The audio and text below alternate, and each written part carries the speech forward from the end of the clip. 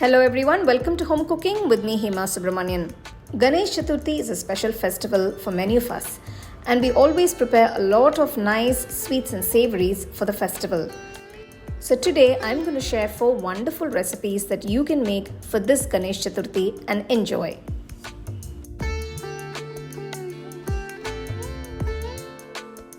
For the coconut sesame filling, I've taken 2 tablespoons of white sesame seeds. So first we're going to roast these white sesame seeds till they're a nice golden color. Just toast them till you get a nice aroma. So you can see it's come to a nice golden color. I'm going to turn off the stove. Just transfer it and keep it aside. To the same pan, add about 2 teaspoons of ghee. So next I'm going to toast the coconut. This is 2 cups of freshly grated coconut. So I've toasted the coconut for about 5 minutes. So you can see all that excess moisture is evaporated. It's a bit dry now. So to this I'm going to add 1 cup of jaggery. Reduce the flame to a low and start mixing the jaggery along with the coconut. So you can see the jaggery is gradually melting. So this coconut and jaggery filling is a very classic filling for the modaks. Next add 1 teaspoon of cardamom powder. Stir in. So once the jaggery is completely melted and it's mixed well along with the coconut, add these toasted sesame seeds. So the sesame seeds are optional, but they add a lot of flavor and they add a nice crunch to the filling. So if you don't want to add the sesame seeds, you can do this filling without that as well. So finally finish off with half teaspoon of ghee. Mix that in. Turn off the stove and keep this mixture aside. So for this recipe, I've taken 2 cups of ready-made Kozhukattai flour, that is the Modak flour that is available in the market. You can use rice flour as well to make this recipe. Next add half teaspoon of salt.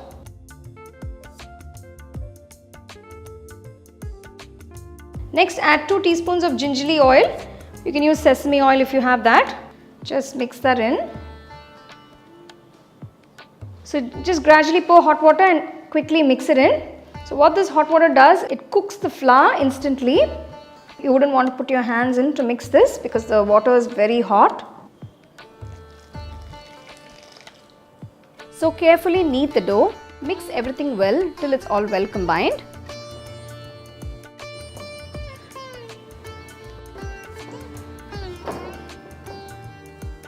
So you can just add a teaspoon of oil at intervals just to make sure that the dough is coming together well.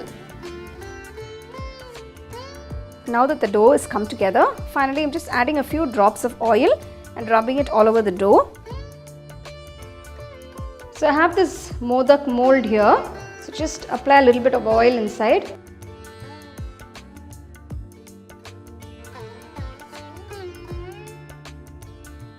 Take a little of the rice flour dough and gently place it into the mold and start pressing on the sides. You can just follow the way I'm doing it. So you can see the dough is nicely stuck to the mold on the sides. Take a little bit of the prepared coconut and sesame filling, place it in the center.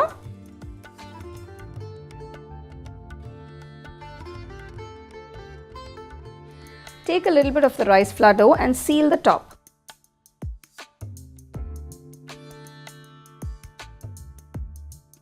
So once you have sealed the top, gently open the mold. You can see you have this beautifully shaped modak. Prepare all the modaks in this manner. I'm just greasing a steaming tray. Place all the prepared modaks onto the tray.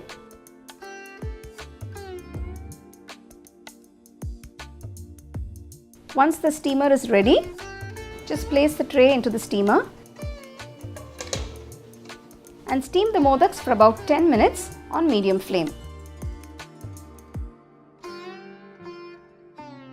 So after 10 minutes you can see the modaks have steamed and cooked beautifully. Make sure you follow all the steps to get it perfectly. You can use any filling of your choice to make these modaks. Here are these absolutely delicious modaks that you can make for your Ganesh Puja, or you can just make it whenever you want and serve it.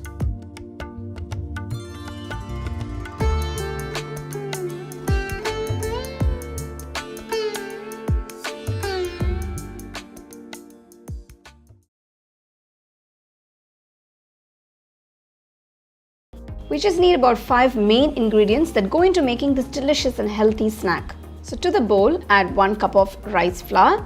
Next, add 1/4 cup of ragi flour, that is the finger millet flour. This is available for you in the stores. Next, add a pinch of salt. Now I'm going to add 2 teaspoons of gingelly oil. Now you can use any regular oil that you use at home. So first I'm just mixing everything together. So next, just add a little hot water at a time to mix this flour together to make it a dough. So just make sure the water is at a rolling boil. You don't want the water to be at room temperature while mixing this particular dough. So I'm just going to do this very gradually. Don't add too much water at a time.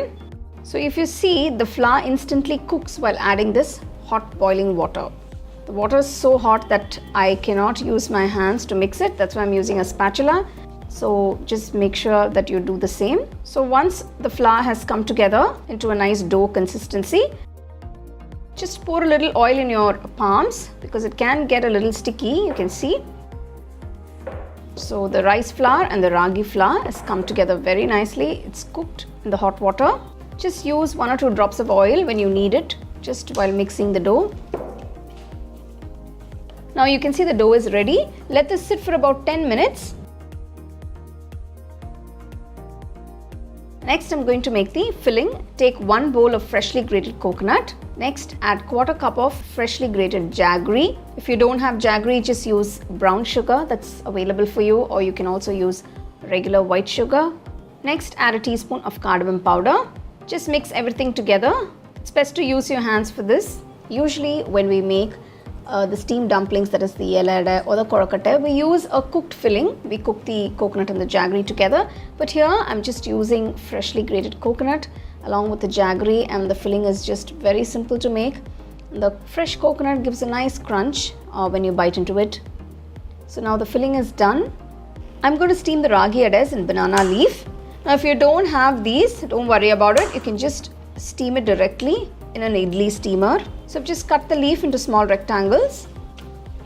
Now take a little bit of the mixed dough, roll it into a ball.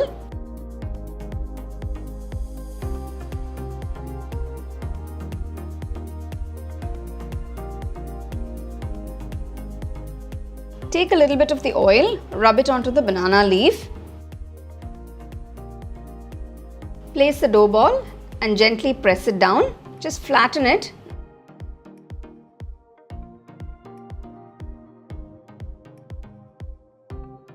Place a teaspoon or 2 of the prepared coconut filling. Now gently close the leaf and seal the adai on all sides. So if you see, the adai is sealed beautifully on all sides. Prepare all the ragi adais in the same manner. Get the steamer ready. Once the steam starts coming, place the tray and steam this for about 15 minutes.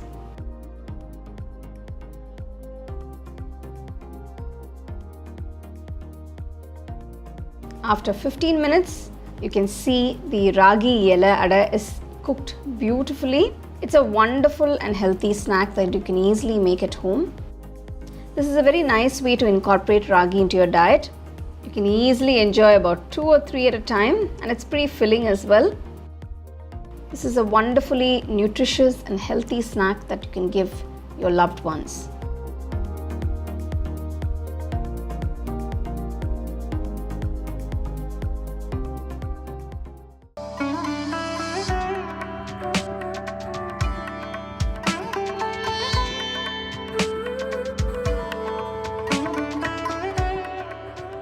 For the brown chickpeas sundal, I've soaked about 200 grams of brown chickpeas overnight. So you can see they've nicely plumped up.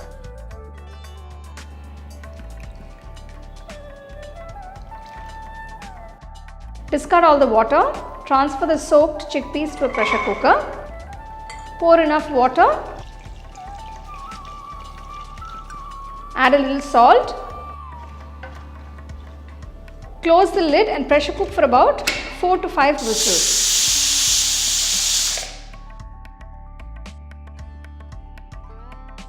To a pan, add about 2 teaspoons of oil. So I'm going to temper a few ingredients, starting with 1 teaspoon chana dal, 1 teaspoon urud dal, half teaspoon cumin seeds, half teaspoon mustard seeds.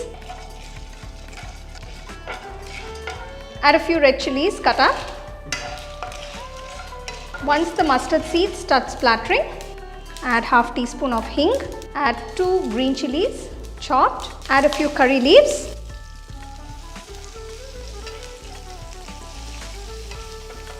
Now add the cooked chickpeas and mix everything nicely.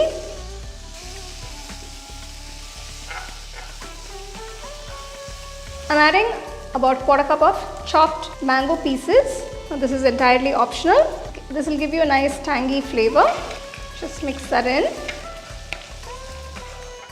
Just adding about 1/4 teaspoon of salt. Since we've already cooked the chickpeas with salt, check for seasoning and add the salt accordingly. So finally, I'm going to finish off by adding some fresh grated coconut. So add the coconut and mix everything nicely. So this delicious chickpeas sundal is ready. So you can make something like this for your Navratri and you can serve. This is very simple and very easy to make.